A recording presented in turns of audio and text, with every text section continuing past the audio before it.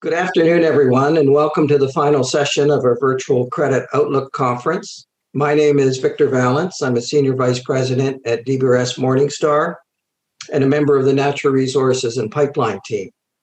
I will be moderator for this final session in which we turn the spotlight on a critical issue and challenge for Canada's energy sector, and that is developing energy on a sustainable basis. The Canadian oil and gas industry has been under immense pressure to reduce emissions, comply with more stringent fuel standards, and meet more criteria to win approval for energy projects. To manage these challenges, in addition to many other ESG issues, oil and gas companies have broadened the scope of managing their business and incorporated policies and strategies to develop sustainable energy. These issues also have important implications for credit risk in the sector. In Canada, Suncor has made a significant commitment and demonstrated leadership in the area of sustainable energy development, including but not limited to lowering the overall intensity of emissions at its key oil sands development, investing in renewable energy projects, and partnering with Indigenous communities. Even though progress has been made, much more work has to be done. So we are pleased today to have with us virtually Martha Hall-Finlay, Suncor's Chief Sustainability Officer. We look forward to Martha sharing her views on Suncor's strategy, plans, and goals for sustainable energy development, as well as addressing some of the key risks and challenges. So by way of background, Martha joined Suncor in 2020 as Senior Vice President and Chief Sustainability Officer. Prior to Suncor, Martha was President and CEO of Canada West Foundation, one of Canada's foremost policy think tanks. In addition, Martha has over 30 years of experience as a corporate lawyer, international trade expert, senior executive, and successful entrepreneur supporting multinational corporations as well as startups. Martha was a twice elected member of Parliament and served in the official opposition cabinet in a number of positions.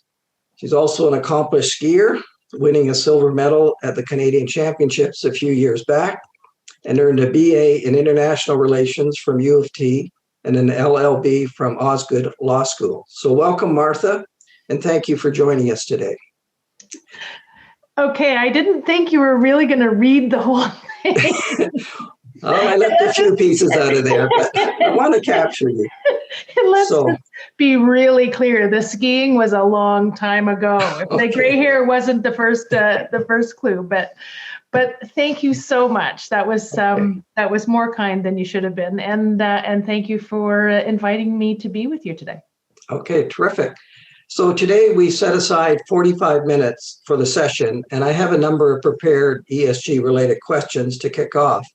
However, we'd like to make this an open forum for any ESG related questions that you'd like to ask Martha, please do so. If you do have a question, please submit it during the session, and please do so through the Q&A box that you'll see on the Zoom platform. And with the limited time available, unfortunately, we may not be able to address all the questions submitted. And also, please note that this session is being recorded and will be available afterwards for replay. So let's get started. And let me start, Martha, by asking you about your role as Chief Sustainability Officer. If you could give us your perspective on the purpose and the scope of the role and why you decided to take on this responsibility at Suncor, that'd be helpful to get us underway. Thanks, Vic. I have to say there are quite a few people who have wondered about my decision to join Suncor. I mean, I have spent quite a few years in politics and in public policy.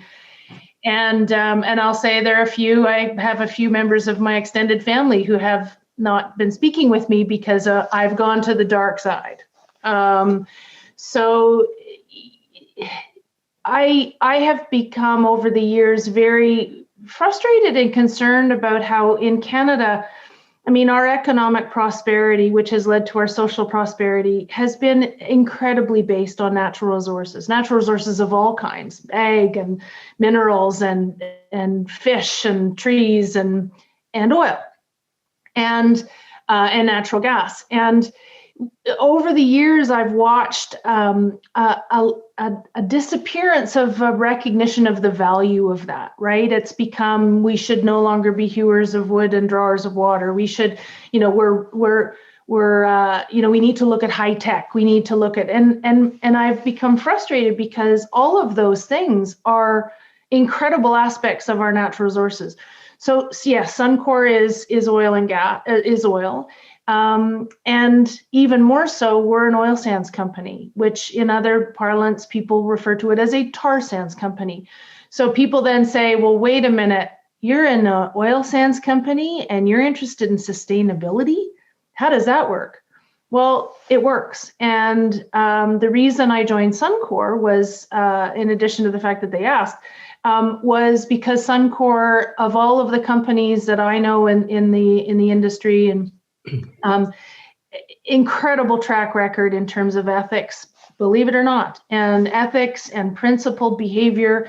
You mentioned in Indigenous relations, Suncor is absolutely the Canadian leader in terms of working with Indigenous communities for decades now. It's not always been easy, but gone from employment to procurement of products and services, which has allowed economic development and prosperity in a number of the communities. Now we're into equity, full-on equity partnerships.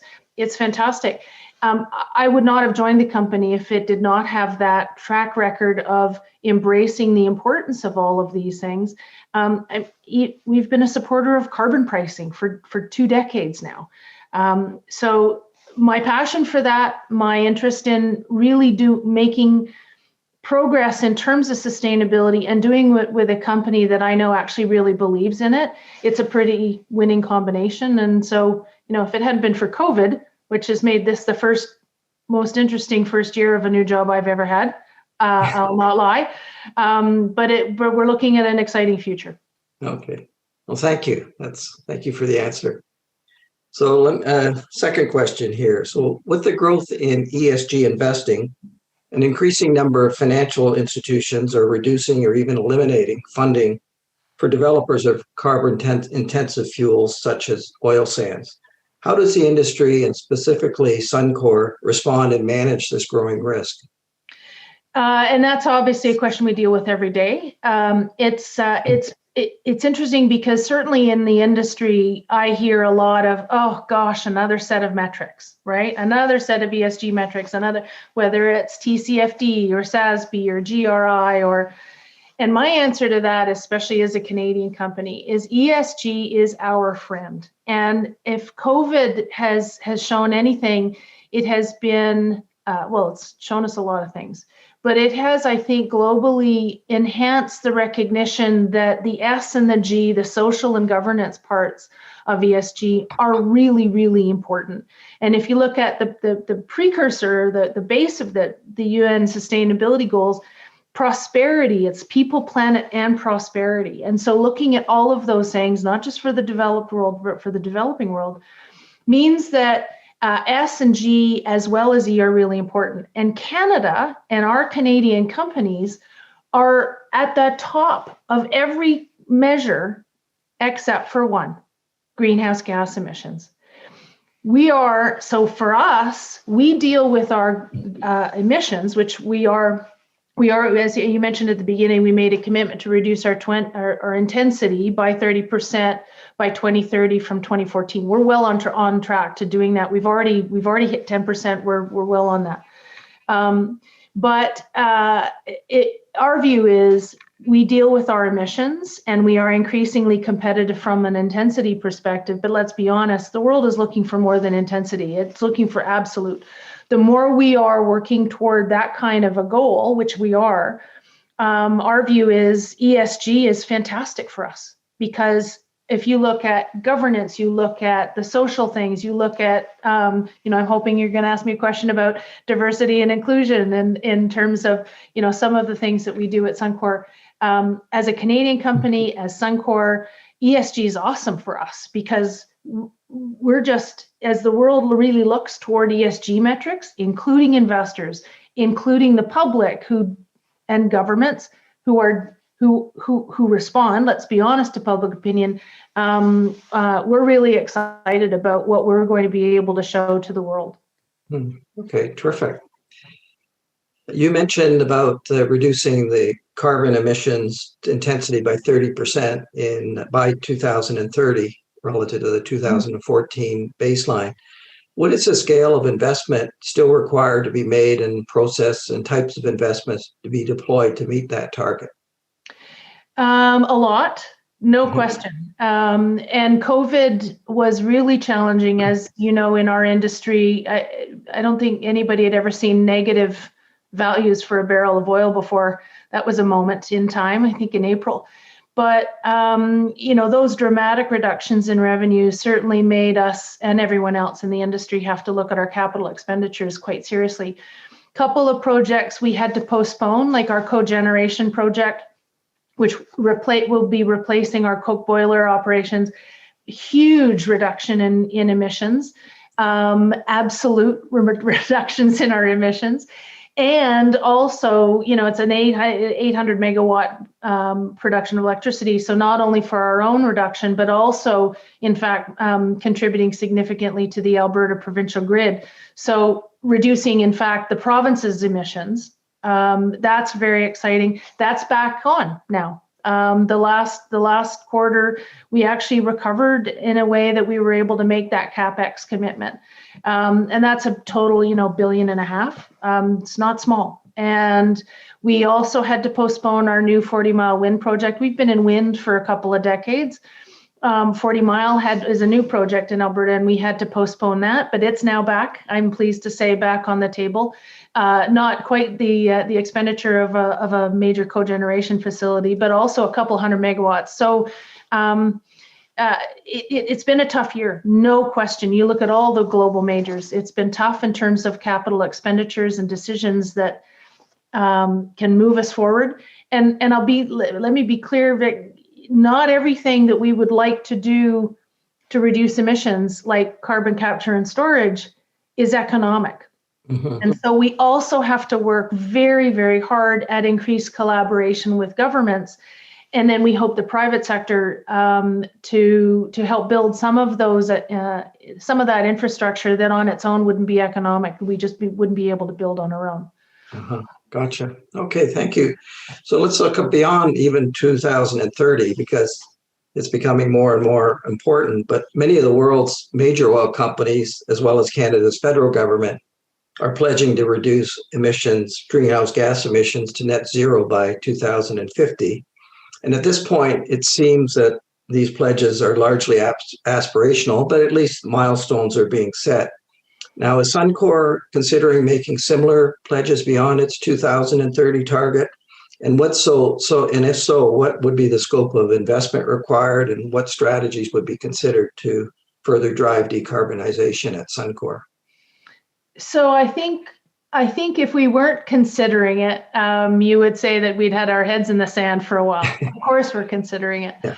But a couple of things, I've done a number of panels like this where people have said, well, how come you haven't come out with your net zero commitment by 2050? Because, look at Microsoft and, Walmart. And my answer is, we're not Microsoft. We're definitely not Walmart. We are an oil sands company, and we produce oil on both counts. It's a double whammy, right? When people talk about scope 3, what we produce, 80% of the emissions associated with what we produce actually are when people drive their cars. It's out of the tailpipe. So it is going to be really tough for us to get there. Tougher, I would say, than a lot. Doesn't mean we don't have to, and doesn't mean we aren't clearly getting there. But for us, it was really important, and this goes back to my comment about the principles of Suncor and my enthusiasm for the company itself. And believe me, that I felt that before. So I'm really actually quite honored to be a part of the company now. It was not enough for us to say, sure, so-and-so's doing net zero and so-and-so's doing net zero, including a number of the oil companies. We know that. But if you look at the details, oh, well, wait a minute, we're going to talk about scope 3, but only our production, our regional part of the world. We're not going to talk about that. We're not going to, for us, it was just really, really important from a credibility perspective that we be really, really thorough. It's going to be hard. And so we've had to we have been putting an awful lot of effort into, okay, but how? And guaranteeing that it's not going to be easy. It will take collaboration with others in the private sector, our supply chain, our colleagues in the oil sands. It will require collaboration with governments, but stay tuned. We've been working, as I said, really, really hard to make sure that when we do come out with a commitment or at least a goal, it will be thoughtful, it will be substantive. Okay, terrific. Thank you. Now, just related to that, and we had Francois Poirier on today, the new CEO of TransCanada. He was talking about small nuclear reactors and the potential use for oil sands in reducing emissions. So I'm wondering if that's something you are considering, and also other promising technologies being considered and by Suncor and other industry participants to reduce greenhouse gas emissions. I have to say, it's hard not to feel for Francois a little bit with the Keystone decision. But there are a number of, actually, there's a report coming out tomorrow by the Canadian Institute for Climate Choices, and not giving anything away because it's not coming out until tomorrow, but just high level, there will be some significant discussion about, well, what are the safe bets? What are the wild cards? And we do have safe bets. We know that CCUS works. We know that some of the work we've been doing with solvents, we know it works. We know a number of almost there that are pretty safe bets that we're very interested in. Then there are the things that we sure are hoping they're going to work. And I will say SMR, small modular nuclear, is one of them. I mean, we've been using small modular nuclear reactors to power submarines, other ships for decades, right? This is not new. But what is new and untested is how do we actually transform that technology into something that is usable for our industrial purposes, that is safe, that is not available for, security, geopolitical security risks. All of those things have to be considered. No question the technology is really interesting. And listen, if we could have SMRs powering the oil sands and use that to become not just net zero, but actually zero emission production of oil. And you add that to all of the other ESG components that are so important, well, all of a sudden, Canadian oil starts looking like it should be the global preferred source of oil, which could be very, very interesting. We're looking at that. We're in discussions. We're doing analysis. We actually have, I think, at least one, but I think we have 2 nuclear physicists on staff. Who knew?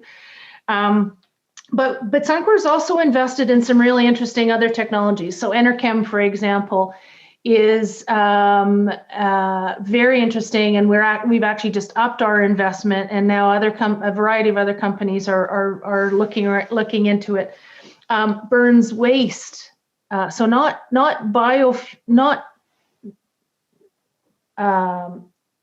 like trees and other materials that have some issues associated with it in terms of biofuels. This is actually waste. Turning municipal waste into fuel. Now, talk about circular economy. That could be fantastic. We've invested in LanzaTech. We've invested very interesting in LanzaJet, which is very much a global effort. And, if we can come up with sustainable jet fuel globally, that's going to be huge. So some really interesting technologies out there. Okay. Interesting. The question from the audience, they're asking, what association is the report coming from tomorrow? It is a relatively new group. It is government sponsored, but is completely nonpartisan. We used to have a thing called the Roundtable on the economy and the environment in Canada. That disbanded a few years ago. This is kind of the new one. It's called the Canadian Institute for Climate Choices. Okay. Interesting work. Yeah. Okay, terrific. Thank you. So, and if anyone has questions from the audience, please submit them. I'm happy to address them whenever they pop up. So let's continue on. How does the company view the federal government's recently announced plans to raise the federal carbon tax in Canada to $170 per ton in 2030 from $40 currently? And how does the company respond to that increase? Do they look at redirecting a significant amount of capital to reduce their carbon footprint, or do they consider paying the tax or looking at buying carbon credits? A great question. And listen, at Suncor, when we do our capital, at the executive table, when we're doing our executive decision making in terms of capital expenditures, we have for years been long before I arrived, using a variety of scenarios to make sure that we're managing risk. I mean, people talk about climate risk. That has a lot of different interpretations. From our perspective, that also includes what happens if all of a sudden there's a significant increase in carbon pricing, for example. Because don't forget, we've supported carbon pricing for a couple of decades. $170 a ton is not small. And yet we have included those kinds of numbers in our different scenarios for our analyses. What it does is, having made decisions on cogen and wind, for example, replacing our coke boiler operation, we just look at that and go, oh, well, then we made those decisions before. They're even more financially smart now, right? We also have a system in Canada where large emitters, where trade exposed industries, there are certain trade-offs. So we will work with those, and the government understands them. I think what will be far more interesting, truth be told, will be what happens with the new Biden administration. If in the United States, the idea of a carbon tax actually can take hold, that will make some very interesting differences from a border perspective. And then, of course, we're hearing Europe, especially Europe, but others talking more about border taxes and what those adjustments might mean. And then, of course, that feeds into Article 6 of the Paris Agreement and what the discussions might be at COP26. So it's not just, oh, gee, a government increased its carbon tax or promised to increase it over time. We look at these at a variety of these scenarios in significant detail. So, okay, thank you. Let's talk about the new fuel standards that have been introduced by Canada's government. What are the implications for the profitability in the downstream business, and also how is the company adapting its strategy to serve the expanding use of electric vehicles for transportation? Well, and funnily enough, those are related. So some of your listeners, some of the folks on the line may not be aware of the fact that Suncor also owns Petro-Canada, which is, huge distributor of gasoline and now electricity, because at the end of 2019, Petro-Canada, we built what we call the electric highway. So in Canada, you can drive from coast to coast. Now, not coast to coast to coast. That would be very tough, but we can definitely drive from east to west in an electric car, because there are enough Petro-Canada stations with fast chargers close enough to each other that you can do that. That's pretty exciting, because as you know, one of the biggest problems, one of the biggest challenges facing electric vehicles is people's range anxiety, right? So the more stations there are, the more people are less worried, oh, I'm going to run out of gas on the side, or run out of electricity on the side of the road. So we're very excited about that. We're looking, of course, at increasing that. But on the fuel side, we know fuels, because we refine, we upgrade, we refine, we distribute, we sell at the retail level. We also have had in Canada the British Columbia fuel standard legislation for quite a while. These are important regulatory things for the government to do. Financially, they can be somewhat challenging because of infrastructure. So one of the things we've been trying to explain to the federal government about the federal CFS, and one, by the way, they decided not to include gaseous. That was a huge improvement. So good on the federal government for actually having listened to some of that input. But as it is now, companies like Suncor have to go outside of Canada to source what we need to be able to comply. We just can't build the infrastructure fast enough. And so that's a bit frustrating when you know you're actually sending money outside of the country to be able to meet your own domestic legislation.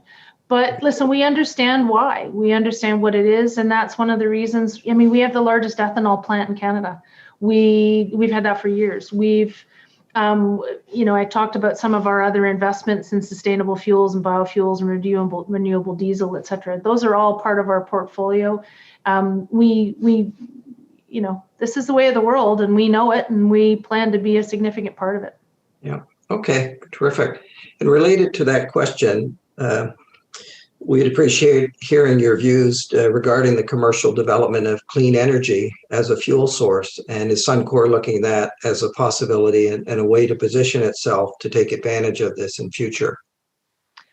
Well, I think, clean energy is interesting. There's GHG emissions that we need to deal with, but there is also, we need to make sure that we're conscious of water, we're conscious of air. One of the concerns about biofuels, which we're very much aware of and looking at, is that they might be significantly lower in terms of GHG emissions, but there's still an air quality challenge associated with them. And so we're not going down one path without considering the other. Hydroelectricity, methane comes from dammed up water, especially if you don't cut the trees down before you dam it up. So clean is an interesting term, but we are certainly, as a company, very interested in where we're, how we can do more of that. Listen, I'm going to be really honest, though, from an investor perspective, you look at the share price of BP. Just saying you're going to go, we're going to go clean. We produce oil. We're an oil company. And we are very conscious about making sure that we run our business, our base business, as successfully as we can and increasingly cleaner as we go along. That's our commitment to our shareholders. We also are very much looking at building on that base business and the economic success of that base business to invest in the future.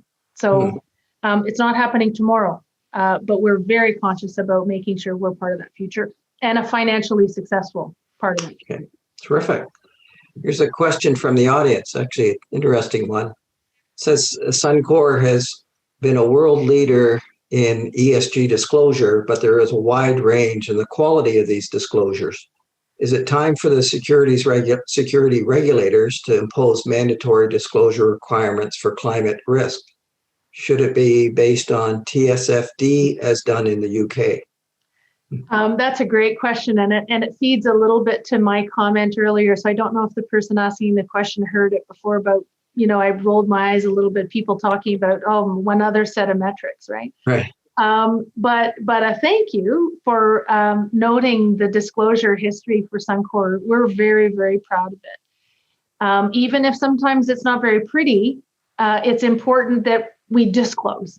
That's another part of the principles and the sort of transparency that I feel is really important.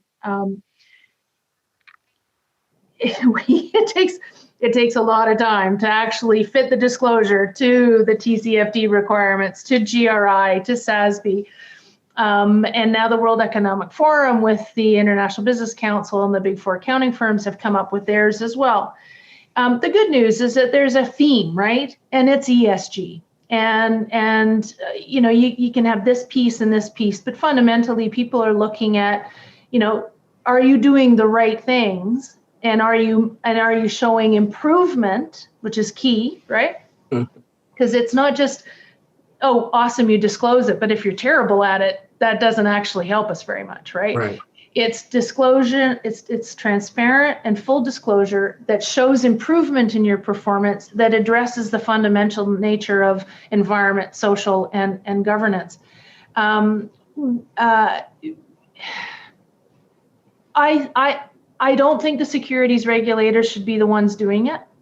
And I say that because I think that the people who are doing the investing are already causing it to happen.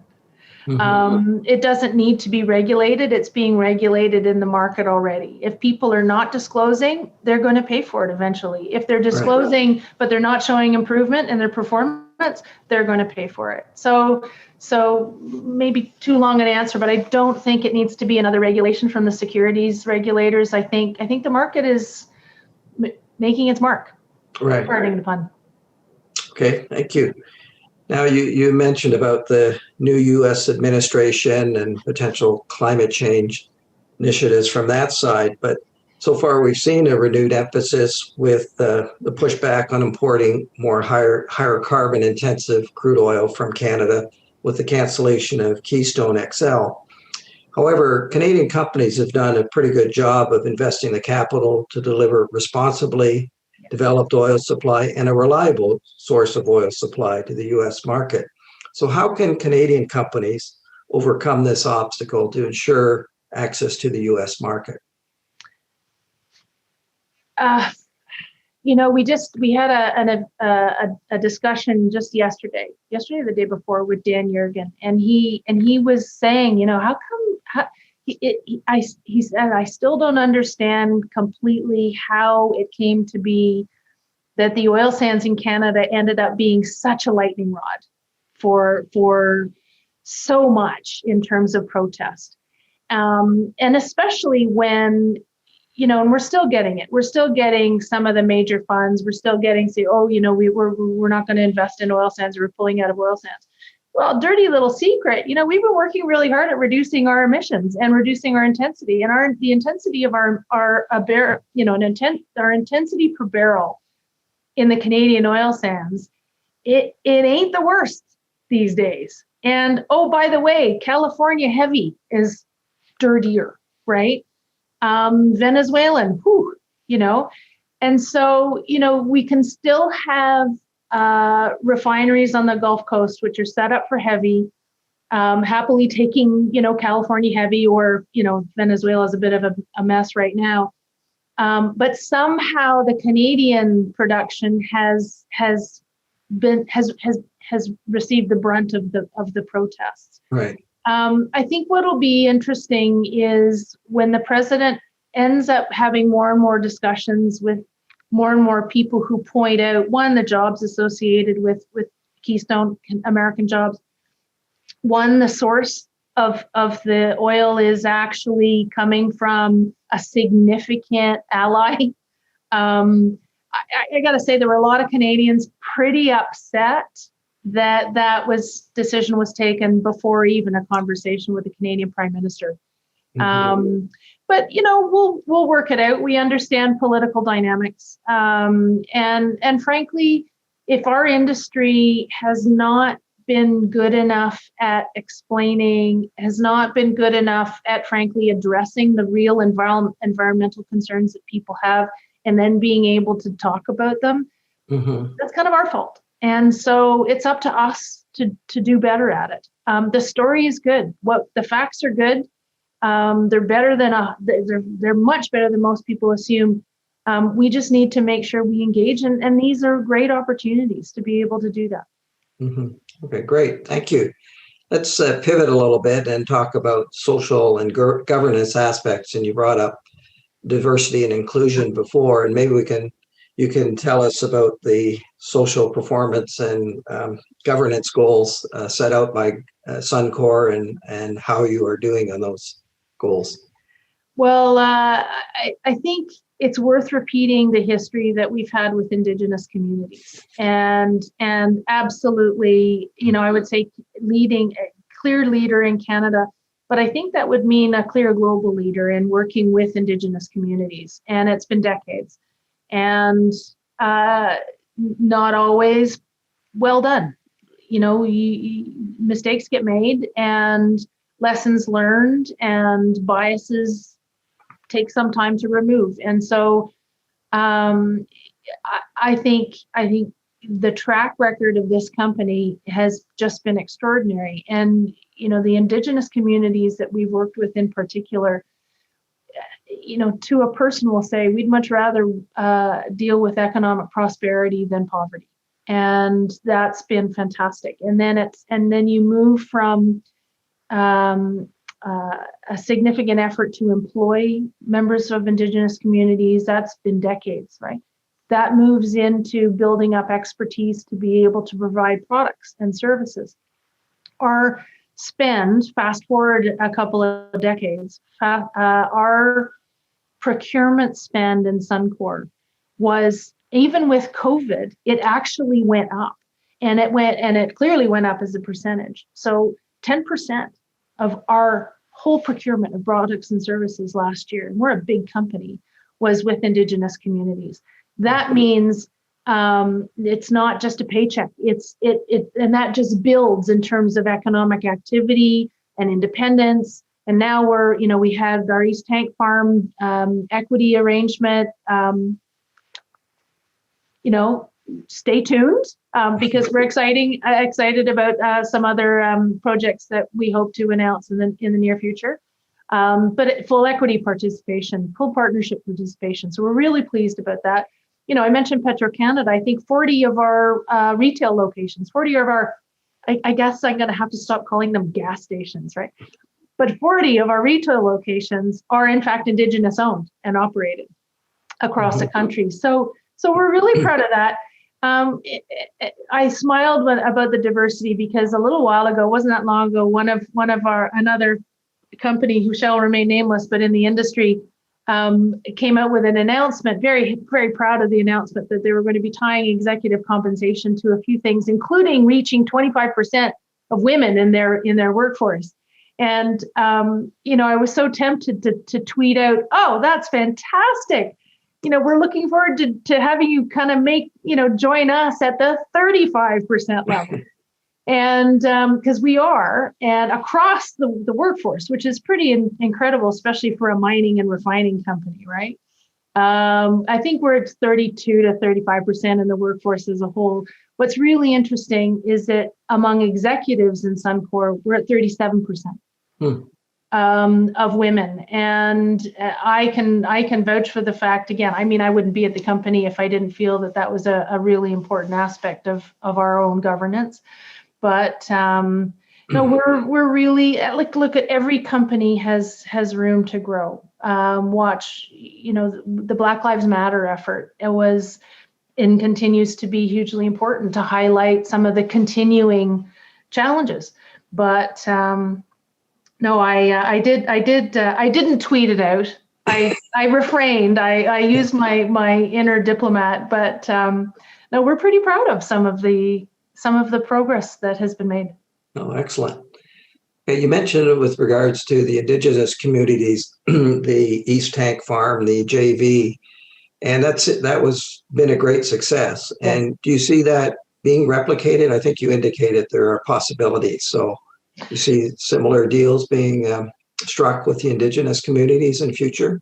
Not only with us, but I think like so many other things, when you do something and then you can prove it works, other people go, oh, it's interesting. Even our federal government, bless her hearts, but, in terms of procurement of products and services, you still get people saying, and I shouldn't pick on the federal government because this is true for so many companies. People will say, well, we're just not sure about quality. We're not sure about, how long it would take to get these things done. And for us to be able to say, hey, come on and see what's happening with us. Come and see the successes.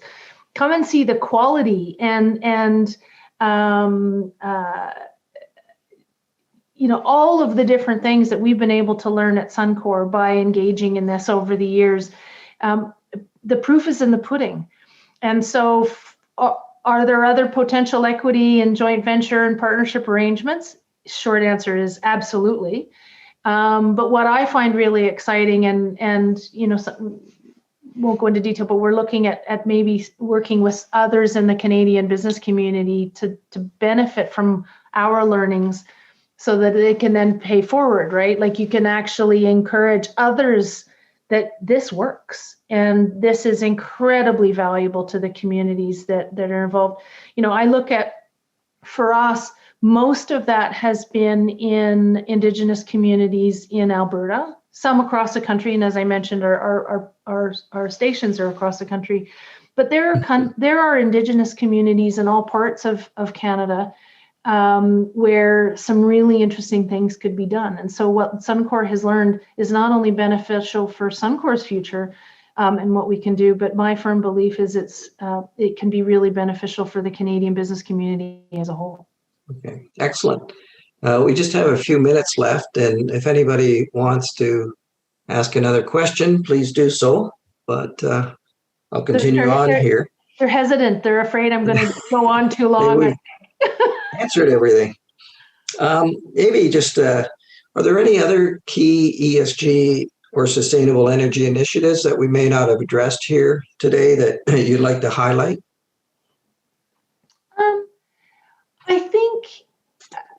I think we've covered the main issues. What will be interesting is how the world manages this.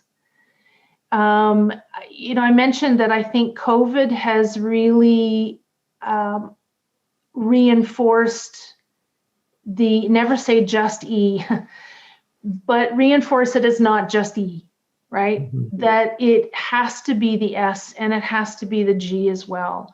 And I do think that is great for companies like Suncor, great for companies in countries, frankly, like Canada and the United States, where, democracy is really important. The rule of law is really important. The lack of corruption, the respect for people, and the importance of understanding prosperity. Just even some of the environmental activists who've advocated just stop tomorrow, right? Just stop tomorrow. Well, if we stop tomorrow, that would be devastating in terms of famine, let alone just making people survive day to day, right? In so many parts of the country where energy is, we know that energy, whatever form it is, but we know that energy is inextricably a part of prosperity. You're not going to be prosperous if you don't have access to and good access and ready access to affordable energy. Again, it doesn't matter what kind, but that's critical. And so I'm actually really encouraged that although it's been a tough year, the global conversations and, more importantly, global actions will be a bit more focused on the whole and how we are able to provide those necessities globally and ensure that it's not, of course we have to deal with climate, but we also need to deal with the basic elements of survivability, but then also prosperity for many, many people around the world. Right. Oh, terrific. Just one final question then, before we wrap it up. The government, federal government in particular, is introducing these new energy regulation or climate change initiatives. How much engagement does a company like Suncor have with the federal government in helping formulate energy or carbon reduction strategies? I would say that in the past year, I've been really, really encouraged by the increased level of engagement. Mm-hmm. There is no question I would be, no one would believe me if I said, oh yeah, it's all, milk and honey. We are, I mentioned the discussion with Dan Yergin and he just saying like how the oil sands have become just, evil in the eyes of some. That's out there. It is a challenge. There's no question that there are some people who'd like to just shut us down. I mean, economically, that would be disastrous, but also we feel environmentally that would be, our industry is by far the biggest investor in clean tech. Go figure, right? But that's been true for years.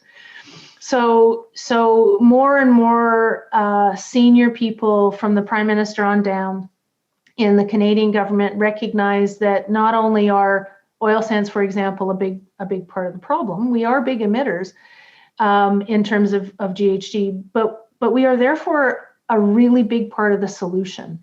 And so the level of engagement has increased to really say, okay, how do we do this together? What are the infrastructure opportunities that are economic that you can do on your own? What are the ones, because if they're economic, we will. If they're not economic, like CCUS, how do we collaborate? What makes sense? What are the policies? What are the 45Q equivalents that would make sense in Canada to encourage that kind of behavior? I've been really reassured in the past year. I've seen a real shift, a real change in the attitude of senior government people in really truly wanting to find the solutions as opposed to political soapboxes. And I think we have a long way to go. We have a big job to do to encourage the Canadian and global public to understand our view of being a part of the solution. But we're getting there, and I just like I said before, I'm really excited about the next few years because I think we're going to see some really great momentum. Well, I think we're seeing the momentum now. What that will mean is that we see some really, really great action, collaborative action over the next short while because we have to. All right. Okay. Terrific. Well, I think we'll wrap it up. And Martha, I want to thank you for sharing your views with our audience today. That was terrific, very insightful, and very helpful in helping us formulate from a credit perspective, and I'm sure there are probably some equity investors as well, just the future and what the challenges, but also the opportunities ahead for the company as they address climate change initiatives and other social and governance factors as well. So thank you for being with us today. Really appreciate that. Well, Vic, thank you again for the invitation. And, we're a business. Fundamentally, we know we have to make money. We know we have to actually provide a return. We keep saying sustainable finance is great, but it's still finance. It's not going to go anywhere if there's not a return. Exactly. That's our first priority. But to become a successful business in the future of energy is very, focus on our base business, be successful at that, but be successful in terms of the future energy demands is very much part of the plan as well. Okay. Oh, thank you very much.